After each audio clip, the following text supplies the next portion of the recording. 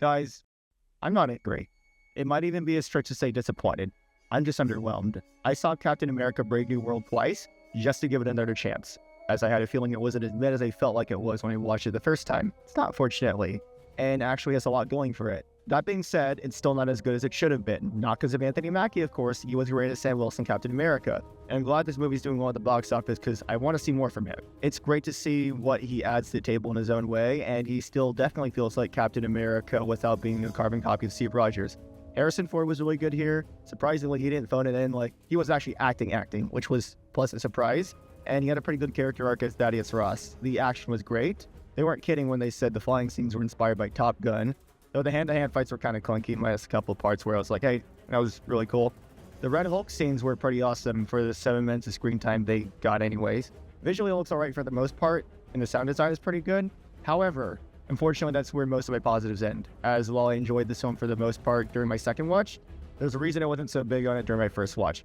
For one, they wasted Giancarlo Esposito. What the fuck, man? It's painfully obvious he was only added in after the reshoots, and he doesn't even really get to do anything here. At least they didn't kill him off, though. Come on, you don't waste him like that. Also, the soundtrack is unfortunately pretty forgettable. Not once did they play the classic Captain America theme, or even Sam's theme from the Falcon and the Winter Soldier show.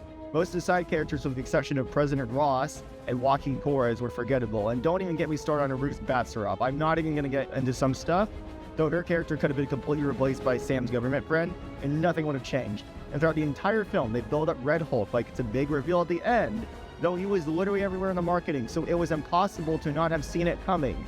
The green screen, it's alright, though there's one scene at the end that it painfully stood out, like it was generally terrible looking. I could definitely tell that was from a reshoot. It's like they didn't even bother to finish the scene. Look, it's not a bad film. It's pretty alright actually, even bordering on good. Though that should not be what we keep expecting from the MCU. We as the audience deserve better than this, and so does Captain America. Hell, I deserve better than this, and this is coming from someone who vehemently defended the MCU with my life up until Far From Home. I can't give the MCU the same leeway I used to give it so often, because if I don't, then it won't improve. Mediocrity should not continue to be the status quo, and this film should have been better than what we got.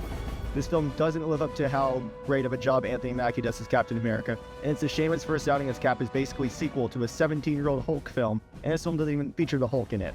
I know I said I didn't dislike this movie, though at the same time, again, we should demand better than this. If we don't actively let Marvel know that we want media that's actually worth our time, they'll just keep pumping out mediocre movies, because who cares, they'll still make money either way.